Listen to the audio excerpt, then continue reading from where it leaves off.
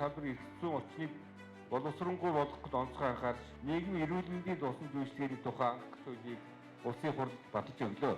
Иргэний эрүүл мэндийн боловсролыг дэвшүүлэх асуудал нь нийгмийн эрүүл мэндийн тусламж үйлчилгээний тэргүүл одоо чиглэл болгоно гэдгийг авч үзэхэд зайлшгүй шаардлагатай бол байна.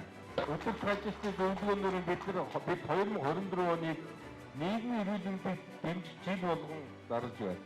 Нийгмийн эрүүл мэндийн тусламж үйлчилгээний тухай хуулийг хэрэгжүүлэх ажил та бүхнийг хамт олон манлайлан идэв санаачлагтай оролцохыг уриалж байна.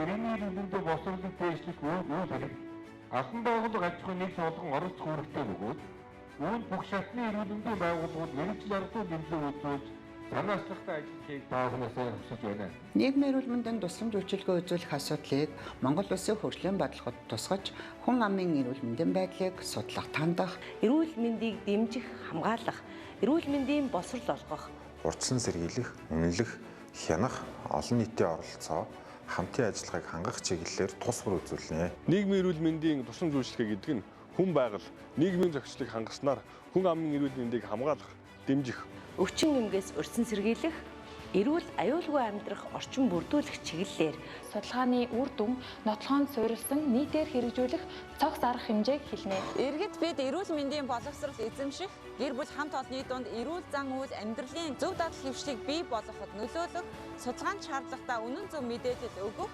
нийгмийн эрүүл мэндийг дэмжих, хамгаалах, урьдчилан сэргийлэх чиглэлээр нийтийг хамарсан арга хэмжээнд оролцох үүрэгтэй. Иргэн бие нийгмийн эрүүл мэндийн тусламж үйлчилгээний талаар үнэн зөв бодит мэдээлэл авах, эрт илрүүлэгт хамрагдах, мэргэжлийн байгууллага албан тушаалтанд хандах, олон нийтийн хяналт тавихад оролцох хэрэгтэй.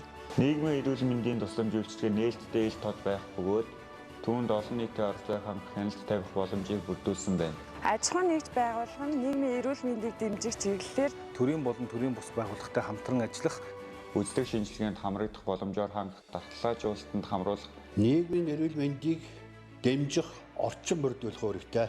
Нийгмийн эрүүл мэндийг дэмжицгээе. нийгмийн эрүүл мэндийг дэмжиж, нийгмийн эрүүл мэндийг дэмжээ.